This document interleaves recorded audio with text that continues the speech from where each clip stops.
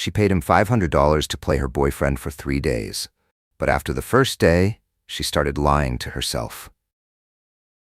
Her name is Emily Carter, 27 years old, a temp secretary at a small real estate firm in Seattle, the kind of place where if the coffee machine sputters, the whole office falls apart. Every morning she brews coffee with tap water, opens her boss's emails like they're sentencing papers, and tells herself, "At least I haven't been fired yet." Emily isn't your picture-perfect leading lady. She's got a permanent ink stain on her hand from high school, drives a car that sighs every time she starts it, and comes from a family that's made comparing her to other people's kids an Olympic sport. A week ago, she got a text from her cousin, Candace, the type of woman who marries a CEO before 30, runs a yoga studio, and treats signals from the universe like gospel truth. Candace texted, "You're coming to my wedding, right? Bring your boyfriend this time. Don't show up solo again like last year. That was so sad, lol." Emily read the message and nearly dropped her phone into her ramen. The problem? She didn't have a boyfriend, and she definitely didn't have the time, money, or mental energy to rope in someone decent enough to survive that emotional minefield of a wedding. So she did something a little reckless. She hired a boyfriend. She found the post in Reddit's social acting section. Amid a sea of shirtless selfies and cringe taglines, one ad stood out. "Need a boyfriend for 72 hours? I know how to look at you like you're the entire universe, even if you're not." $500 package includes smiles, hand-holding, witty banter, and lifelong secrecy. Emily didn't know why she messaged him. Maybe it was the overconfident tone. Maybe it was pure desperation. Or maybe a tiny part of her wanted to believe someone could fake it so well, she'd forget it was fake. The message she sent had just 7 words. "You free this weekend for the role?" The reply came in under 4 minutes. "Yes. Send details, location, time, expectations, boundaries. I need info about your family, red flags, and the full 3-day schedule." No emojis, no chit-chat. It felt less like she'd hired a man and more like she'd booked a digital service package. She sent an email like she was applying for a job, complete with a photo, a family breakdown, and a rundown of the power players in the bloodline. Aunt Victoria, Queen of Judgment, Cousin Jake, world-class instigator, and her mom, the one who always said, "I just want you to be happy," with eyes that screamed she didn't believe her own words. After hitting send, Emily collapsed onto her bed like she'd just submitted the weirdest casting call of her life, where she was both the writer and the lead actress. Netflix was on, but nothing registered. Only 3 words echoed in her head. "This is happening." The next morning, a new message popped up. "I'll meet you at Scout Coffee, Friday, 6 p.m. I'll bring the contract." At exactly 5:57 p.m., she arrived at the cafe, a cozy indie spot on the corner of Fremont, with warm yellow lights, soft jazz playing, and baristas in aprons that looked straight out of a fashion show. She picked a table by the window, heart pounding in her chest. He walked in at 6:02. Tall, broad-shouldered, dressed simply, crisp white shirt without a wrinkle, dark jeans, polished leather shoes. He scanned the room for exactly 1 second, then walked straight to her table like he'd known her location the whole time. "Emily Carter?" His voice was deep, clear, and calm. No rush. Emily nodded, too shaky to stand. Her legs had a slight tremble. "I'm Max. Max Dawson." He pulled out a chair, sat down, and placed a small notebook on the table. No handshake, no polite smile, but his eyes, steady, quiet, focused, held her in place. "I've read the info. It's clear enough. Your family won't be easy to convince, so we'll need a solid script." Script, he said it like they were about to start shooting an action film. Emily let out a laugh, partly because it was funny, mostly because she was way too nervous. "How long have you been doing this?" she asked. Max glanced at her, calm and steady, then replied, half joking, half not. "Long enough to know when a client starts falling for the role." Emily froze for a beat, then quickly gathered herself. "I'm not that type." He gave a small nod, the corner of his mouth twitching up slightly. "Good, because I'm not great at real feelings. I'm only professional when it's pretend." That line echoed in her head all evening, even after they parted ways and walked off in opposite directions. Emily thought she was just hiring a guy to play the part of her temporary boyfriend. But the way Max looked at her, the way he talked, the way he picked up every detail in her file, started to make her wonder, After that first meeting at Scout Coffee, Emily left the cafe with a mind messier than the untouched latte she'd left behind on the table. She couldn't stop thinking about Max's eyes, his cool, clear voice, and the way he read through every detail of her file like he'd grown up in her family. This was supposed to be a transaction. But something about Max, the way he stepped into her story, was already throwing everything off track. The next afternoon, they met again at a quiet Mexican restaurant in Capitol Hill to rehearse their lines. Emily came armed with a thick stack of notes, timelines, fake backstories, the entire fabricated history of their fateful first meeting. Max showed up with nothing but his memory and that signature calm. "So how did we meet?" Emily prompted. "You spilled coffee all over my documents at an investment conference," Max replied without hesitation. "I was so mad I followed you around all day just to keep scolding you, then ended up asking you out for a beer." Emily's eyes widened. "I thought we agreed we met at a bookstore." "A bookstore fits the Emily in the file," Max said with a half smile. "But the real-life version of you would probably wrestle a coffee machine before finishing a single page." "I'm trying to write a script that matches the truth." Emily clenched her teeth. "I can't tell if I should be insulted or impressed." "Both. That's the balance," he replied. The more they talked, the more Emily realized Max wasn't like anyone she'd ever met. He didn't laugh loudly. He didn't show off. Every word out of his mouth felt sharpened, deliberate. Strangely enough, it didn't make the conversation dull. It did the opposite. Every time Emily threw out a sarcastic line, Max returned it with a reply so precise and dry it cut like a Japanese kitchen knife. "How long have we been dating?" Emily asked next. 6 months, Max said instantly. "It started at your company's product launch party. You wore a red dress. I said, if I lose money tonight, at least I got to see you in that. Pas see everything." Emily burst out laughing. "Oh my God, where do you even learn lines like that?" "I actually said it at a real party once," Max shrugged, but she didn't laugh. "And now you're recycling it on me?" "No, I'm upgrading it, for someone who'll actually laugh." What was supposed to be a quick rehearsal stretched into over 2 hours. Emily had planned to just go over a few basic lines, but Max ran the session like they were prepping for a Broadway debut. He coached her on facial expressions when lying, adjusted her tone, even suggested she change how she said his name. "Call me Maxie" in a few lines. Builds a more natural sense of intimacy. Maxie? What am I, a teenager dating someone off Tumblr? The dumber the nickname, the more believable it is. Real couples call each other the weirdest things. She reluctantly agreed, because for some reason, she knew he was right. On the way home, Emily muttered their lines under her breath like an actress prepping for an audition. She'd never imagined a day would come when she'd have to perform love, let alone do it in front of her entire extended family. That night, Max sent a message. "You should wear the blue dress. It matches your eyes, and it'll make everyone believe I'm proud of the woman beside me." Emily stared at the text, typed, deleted, then replied simply, "I don't need you to make me shine." A minute later, Max sent another line. "I'm not. I'm just highlighting what's already there." She didn't reply after that, but in her bathroom mirror, she pulled the blue dress off its hanger and held it up. Part of her wished every sweet word in her life had been just acting. The next morning, they met in the parking lot before heading to the wedding venue. Max wore a charcoal gray suit, slim tie, hair slicked back like he'd just stepped out of a Ralph Lauren ad. "Don't worry," Max said before getting in the car. "If anyone starts doubting us, I'll make them doubt themselves instead." Emily took a deep breath. "How long have you been doing this, really?" Max tilted his head, a faint smirk on his lips. "I don't act. I just temporarily withhold the full truth."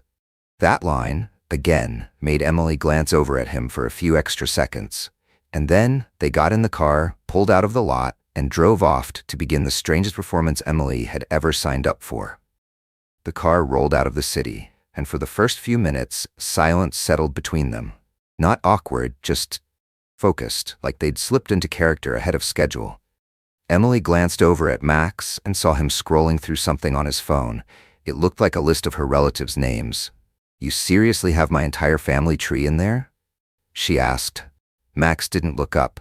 "I've worked events with CEOs who couldn't even remember their own kids' names. Memorizing details is the only way not to get caught. And if you do get caught, I make them feel like they're the ones who got it wrong. Emily let out a quiet laugh. She was starting to get it. Max wasn't just playing the boyfriend. He was playing someone you couldn't expose, no matter how hard you tried. There's still one thing I don't get, she said. Do you do this for the money, or because you like making people believe your version of the story? Max stopped scrolling. He looked out the window for a moment, then answered without turning back. Maybe I do this to see if anyone's sharp enough to tell what's real. She didn't respond, because for the first time, Emily wasn't sure what to separate anymore. Max's words, his role, or the feelings quietly building inside her without warning. When the car pulled up to the resort hosting the wedding, Emily felt like she was walking into a live audition, where the judges were her entire extended family, and the prize was simply making it through dinner without being picked apart. Max got out first, circled around, and opened her door, not like it was part of the act, but like it was just muscle memory.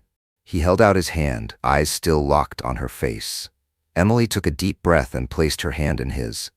The chill of his fingers steadied her, not because he was cold, but because it reminded her of the mission. Just survive these 3 days. From the main hall, the stairs started landing. Aunt Victoria, Cousin Jake, Grandma, everyone turned to look at the man holding Emily's hand.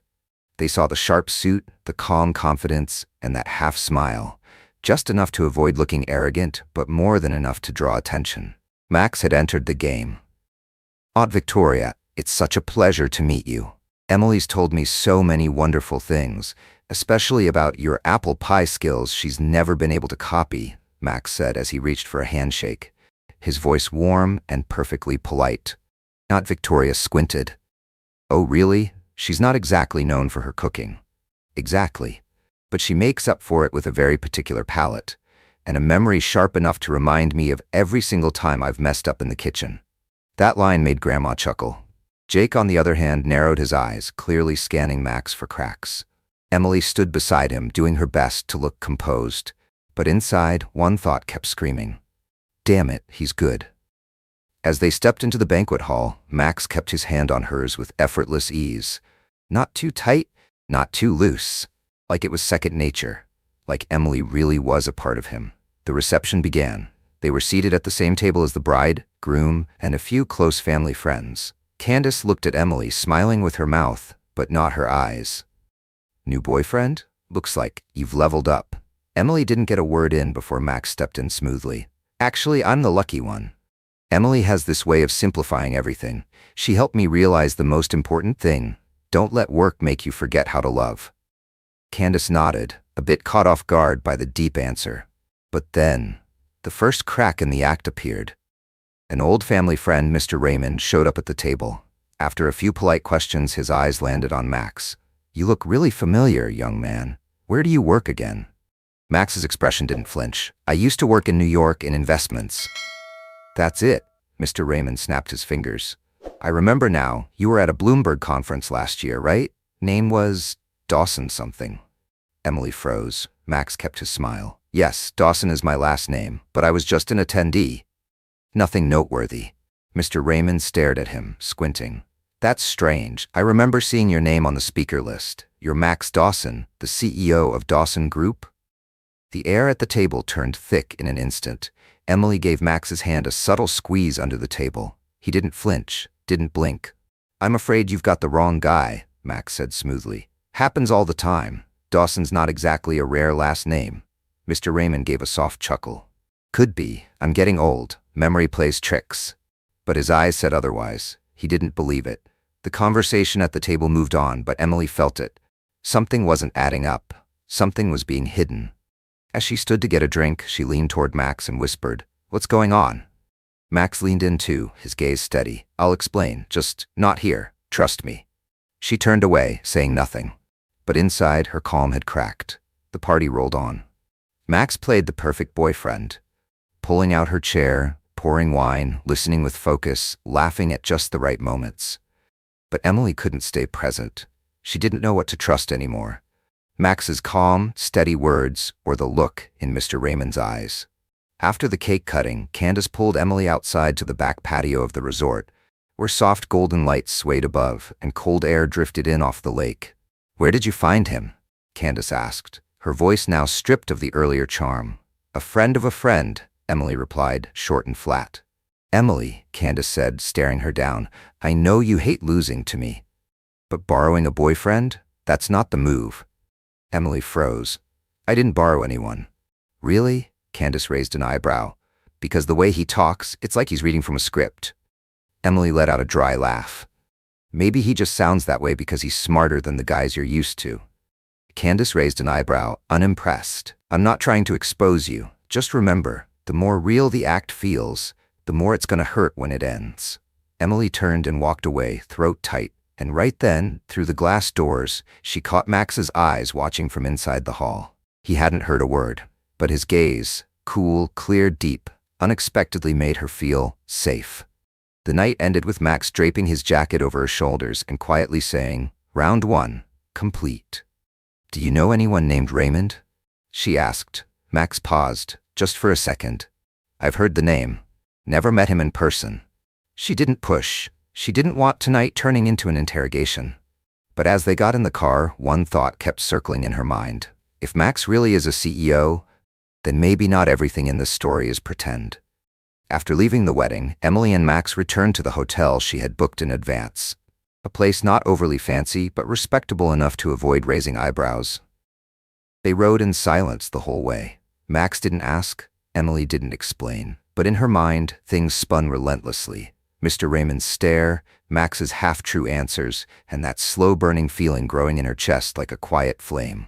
At the hotel lobby, Max picked up the key from the front desk, then turned to her. "I had them upgrade the room," he said calmly, like he was casually tossing a pinch of salt into an already salted cocktail. "No extra charge." She just nodded, not asking anything more. But when the door shut behind them, sealing the room from the outside world, Emily suddenly realized she no longer knew where the act ended and the truth began. Especially in the way Max looked at her. The evening passed quietly. They had a light dinner in the room. Max ordered pizza from a well-known local place, while Emily chose a can of soda over wine. She didn't want to blur any of the feelings that were starting to come into focus. "Do you do this kind of thing often?" she asked, trying to sound casual. Max raised an eyebrow. "You mean the fake boyfriend gig?" "Yeah, days like today. Pretending to be in love, memorizing someone's family tree, responding like you're the romantic lead in a movie." Max leaned back in his chair, arms folded. "Not often. Only when it feels like there's a reason worth showing up for." Emily narrowed her eyes. "And I'm that reason?" He didn't answer right away. His eyes didn't flinch, but they didn't rush either, like he was carefully choosing the exact words that wouldn't lie. "You're not the first person to need a script, but you're the first who made me rewrite mine." Emily blinked, uncertain. She couldn't tell if that was the truth, or just another perfectly rehearsed line. After dinner, they sat out on the balcony. The Seattle breeze was cool, almost crisp. Max draped his jacket over her shoulders like it was routine, no fuss, no show of affection. Yet somehow it made her feel strangely safe. After a long stretch of quiet, Max spoke. "Have you ever been in love?" Emily turned to him, gave a faint, wry smile. "I have, but I always seem to pick the wrong person." "Why?" "Because I thought if I tried hard enough, they'd stay." Max kept his eyes on the dark horizon. "I'm the opposite. I never let anyone try for me." Emily's voice dropped to a whisper. "Because you're afraid they'll see you're not worth it." Max exhaled. "Because I'm afraid I'll believe them." Emily stayed quiet. A question echoed in her mind. How could someone like Max, so composed, so sharp, someone who turned heads just by walking into a room, feel this alone? "Sometimes," Max said, voice low like he was talking to himself, "pretending is the only way to feel real." Emily turned to him. "That sounds like something you've said a lot." "No." He looked at her. "Just something I've thought a lot, but this is the first time I've said it out loud." In that moment, the space between them shrank. No more client and hire, no more roles, just Max and Emily. Two people, two quiet wounds, and one moment of truth. She looked at him for a long time, wanted to ask more, but didn't. There was something about Max, an invisible wall, not cold, just carefully built, and she didn't want to shatter it with half-formed questions. "Tomorrow," Max said, rising to his feet, "we head back to Seattle. Do you want me to keep being your boyfriend for one more day? Emily didn't know what to say, so she just nodded. Not because she needed him for the plan, but because she didn't want him to leave. They said goodnight. Max went to the room next door, but that night Emily couldn't sleep. She lay staring at the ceiling, trying to untangle the web of feelings tightening quietly inside her chest. The next morning, they checked out. Emily arrived first, waiting at the front desk. When Max walked up, she caught a glimpse of the card he handed to the receptionist. A black card with metal edges. No logo, no raised numbers, just a small line of text, American Express Centurion. She'd read about that card before. Not something you could just buy into with money. It was reserved for the ultra-wealthy, and definitely not for a social actor, as Max once described himself. Emily kept her face composed, but inside, something was slipping out of her control. As they walked to the car, Max opened the door for her, same as always. Calm, precise, polite, but now every move, every gesture didn't just speak of professionalism. It was proof. Max wasn't who he said he was. And maybe he never had been. On the drive back to Seattle, Emily stayed quiet. She didn't know whether to ask questions or let the silence hold them. But one thing she knew for sure, what she felt in her chest wasn't fake anymore. And if Max was still pretending, then he was the best liar she'd ever met. Or the most real person she'd ever known, trying hard to live like he wasn't. When the car pulled up in front of her aging apartment complex in the outskirts of Seattle, a soft rain began tapping against the windshield, like the city itself was trying to score the ending of the strangest 3 days of her life. Max said nothing as he stepped out and opened her door. She said nothing as she bent down to grab her bag. The ending came too quietly, like nothing had happened, like nothing had ever started. "Good luck," Max said, standing beside the door, his voice softer than the rain.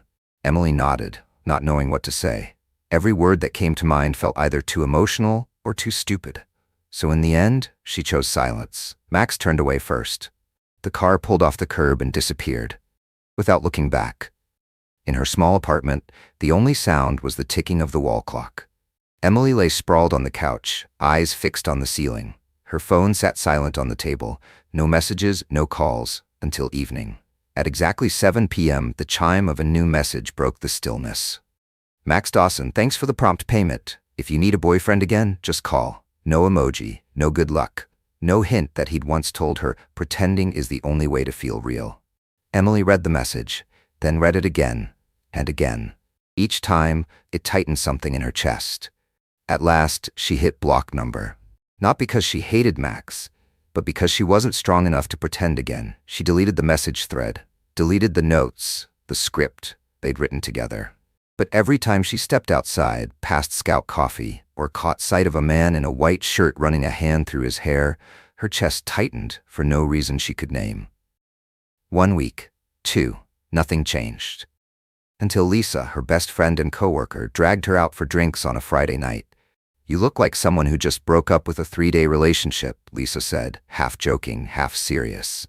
Emily gave a hollow laugh. That's exactly what it was. And the worst part? It wasn't even real. Lisa propped her chin on her hand, eyes steady. "The only thing you rented was a boyfriend, but what you got back was a real lesson." "What lesson?"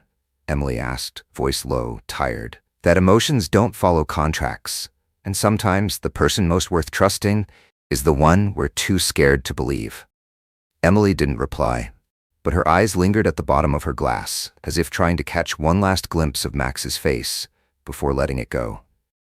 1 month later, Monday morning, Emily opened her inbox and found an interview invitation from one of the top real estate firms in the city, Dawson Development Group.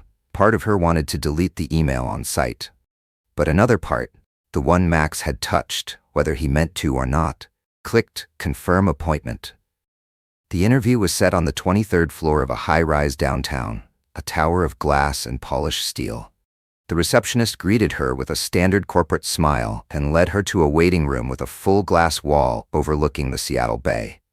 While waiting, Emily's eyes landed on the Dawson Group logo on the wall, a stylized D shaped like an arrow pointing upward. Just like the way Max used to look at her, like he was always facing forward. A woman entered the room, introducing herself as a senior HR manager. The interview went smoother than Emily expected. She spoke clearly, confidently, without a single tremble in her voice. She didn't think about Max. She didn't mention those 3 days. She focused solely on why she deserved the strategic communications role at the company. "We'll be in touch later this week," the woman said with a smile, shaking her hand. Emily stood, gave a polite nod, and walked out of the meeting room. As the automatic doors closed behind her, she let out a deep breath.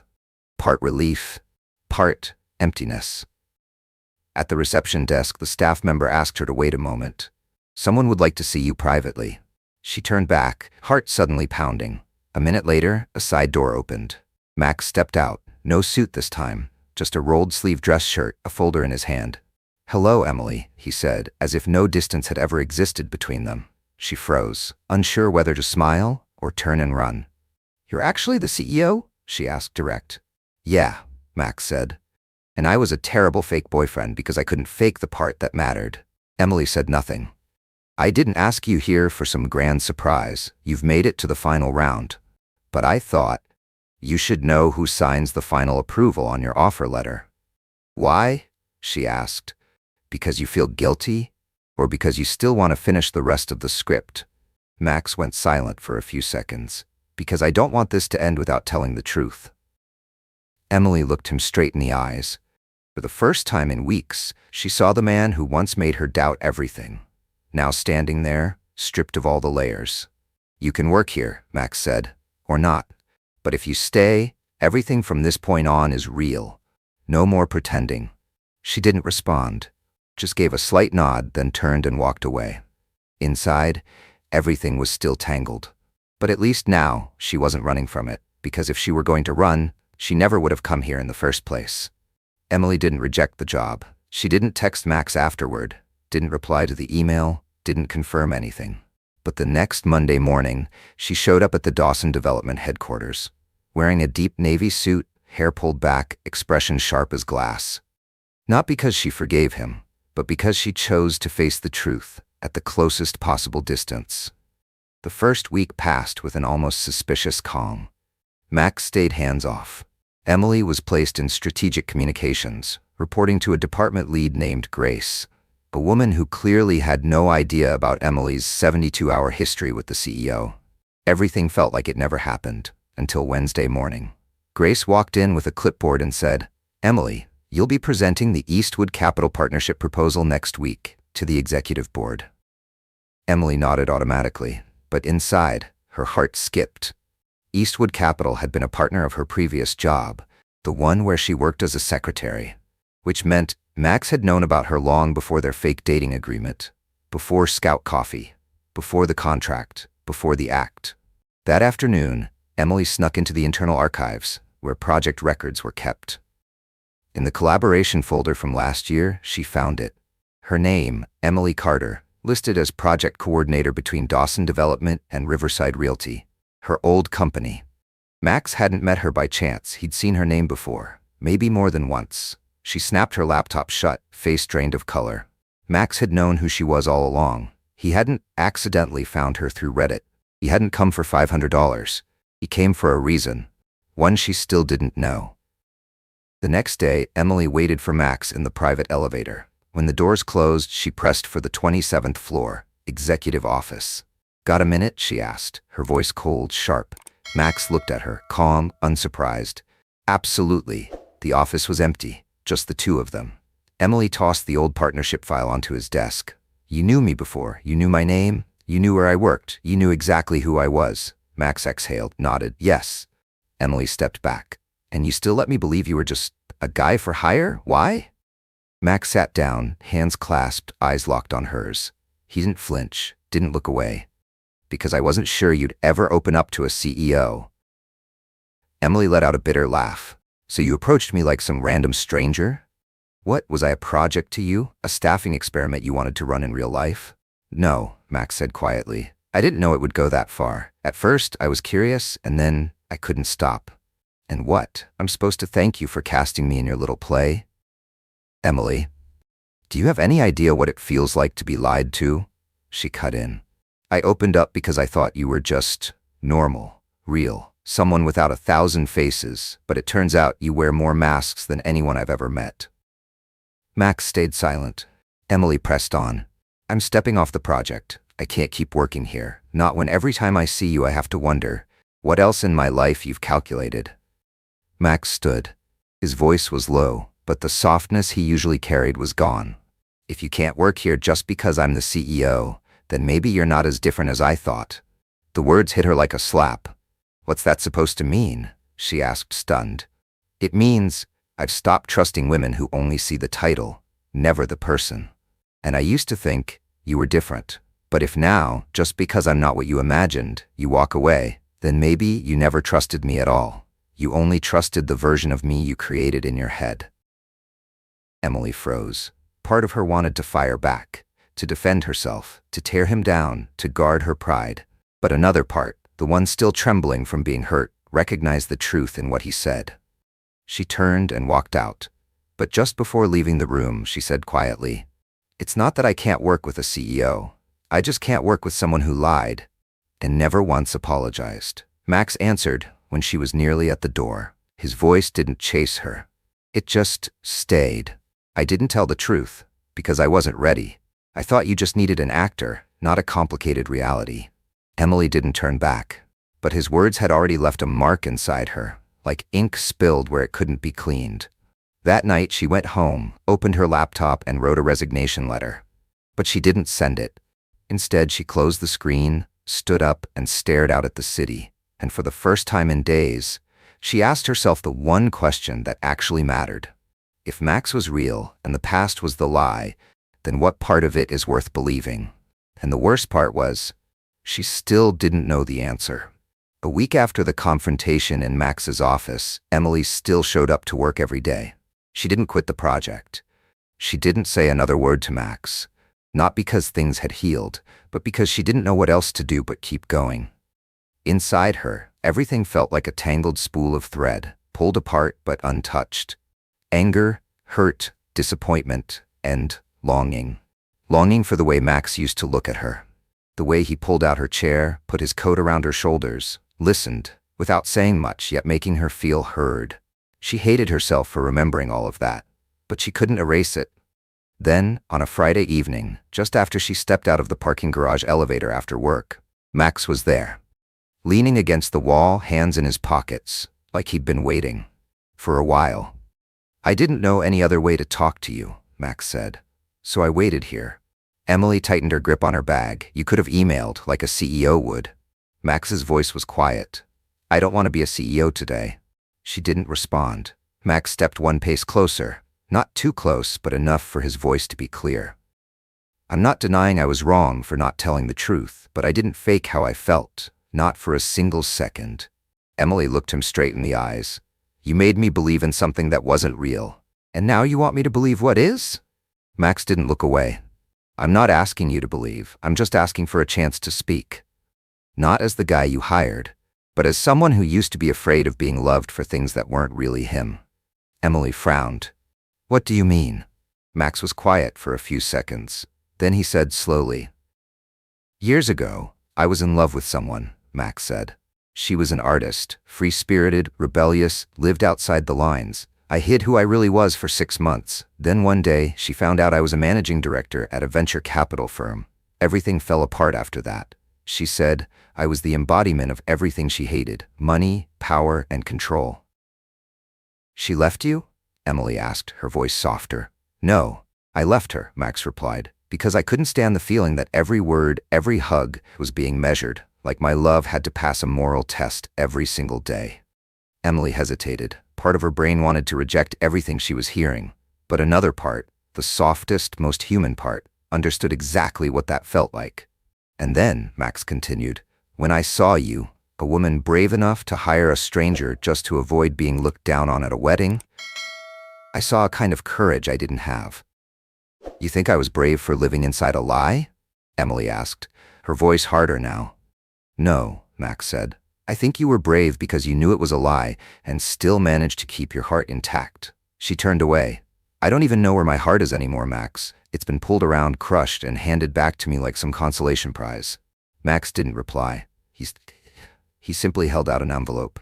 I'm not asking for forgiveness. I just want you to understand. This is everything about me. Accounts, career, investment decisions, mistakes, and a few personal things. You have the right to know it all, if you want. Emily looked at the envelope. She didn't reach for it. She just said one thing. I need time. Max nodded, took a step back. I'll be here, whenever you're ready. Then he turned and walked away.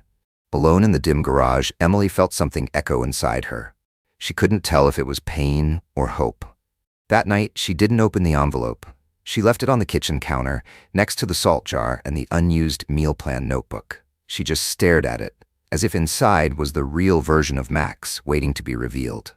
The next day, she carried it with her. Didn't read it, just carried it, in her purse, in the car, even to the grocery store, as if the weight of the envelope grounded her, kept her from floating too far between right and wrong. That evening, when her best friend Lisa came over and spotted it, she asked, "Who's that from?" "Max." Lisa was quiet for a few seconds. Then she asked, "Do you hate him?" Emily shook her head. "Still like him?" Emily shook her head again, then sighed.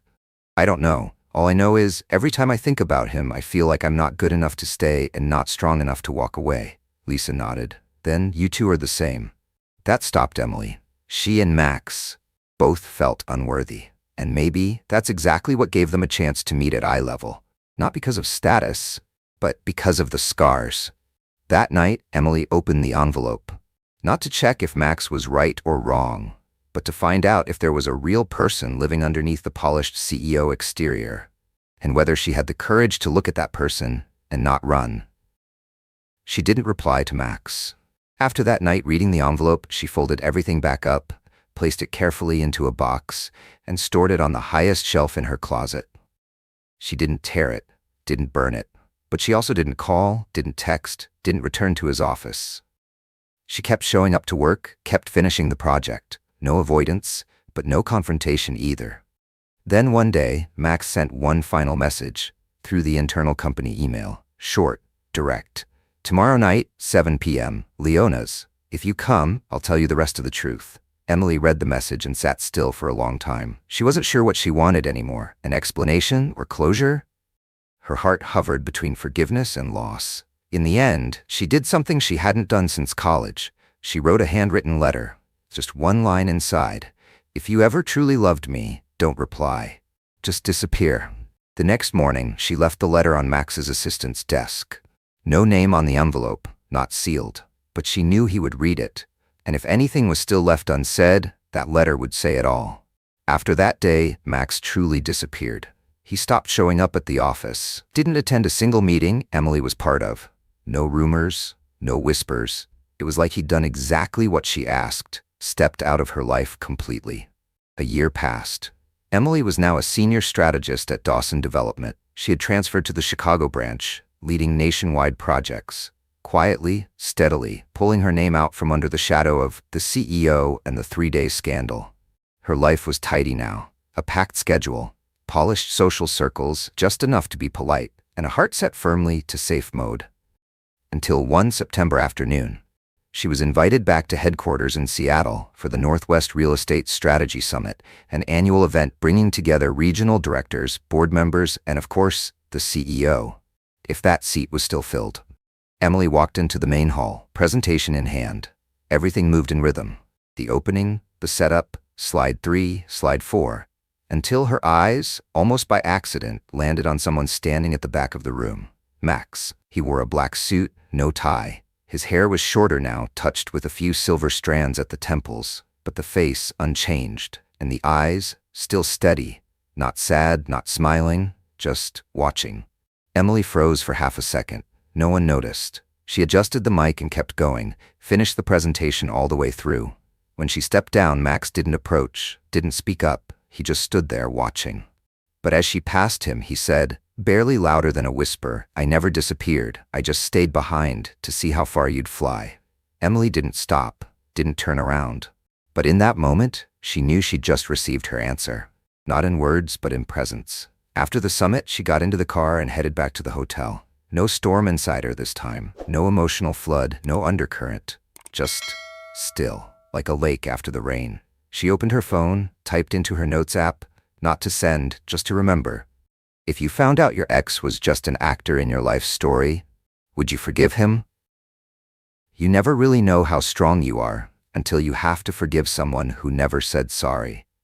And you never know how deeply you still love someone until you find the courage to move forward, even when they're no longer by your side. If you've ever loved someone with both your pretend and your truth, what would you do? Drop a comment below. If you've loved wrong, loved right, or loved someone so deeply you forgot what was real, share your story. And if you believe that love, whether mistimed or messy, still deserves to be told, hit that subscribe button, share this video, and keep flying, even if someone's only watching from afar. Thanks for sticking with us through the whole story. We'll see you in the next love story.